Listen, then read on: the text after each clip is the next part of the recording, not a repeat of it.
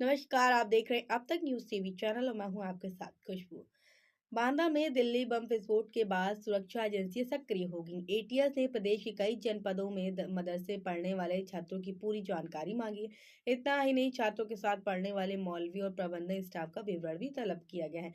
जिला अल्पसंख्यक कल्याण अधिकारी अभिषेक ने बताया है कि एटीएस का लेटर प्राप्त हो गया है, लेकिन वे निदेशालय के निर्देश मिलने के बाद ही मांगी गई जानकारी साझा करेंगे।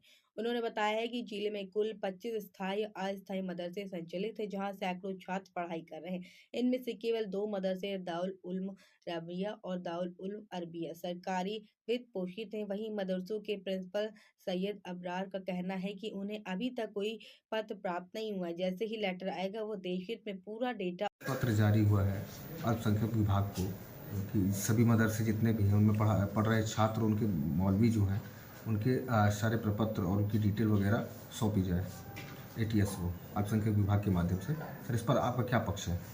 देखिए, अभी इस तरीके का कोई पत्र हमारे पास नहीं आया है आधिकारिक रूप से, और जब आएगा तो जो जो चीज़ें वो मांगेंगे उसके हिसाब से हम उसको देंगे, अवगत कराएंगे।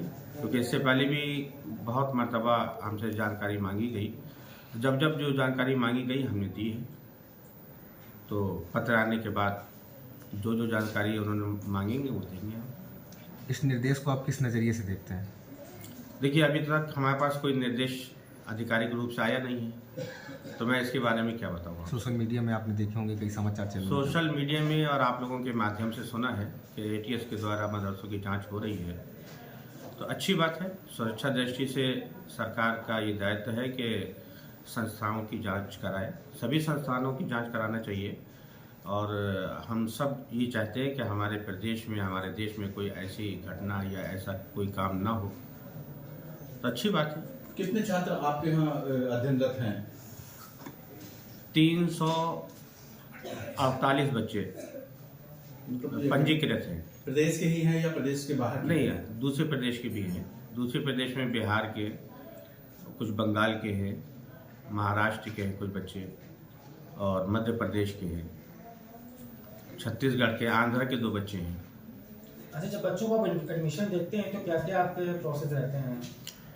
एडमिशन लेते टाइम उनका सबसे पहले तो आधार कार्ड लिया जाता है, उनके अभिभावक या पिता का आधार कार्ड लिया जाता है, और वहाँ के किसी एक आदमी का उससे उनको वेरिफिकेशन कराया जाता है कि उनको जानता हो, और इससे पहले किस संस्था में पढ़ रहा था वहाँ की टीसी, मार्कशीट ये लेते हैं। उसके बाद उसका टेस्ट होता है, उसके बाद एडमिशन होता है। सर, कितने टीचर होंगे अपने रपानी स्कूल? हमारे यहाँ लगभग सब मिला के तो 30-32 टीचर हैं, जिसमें से 12 एडेड हैं, और बाकी संस्था उनका वेतन वगैरह देता है।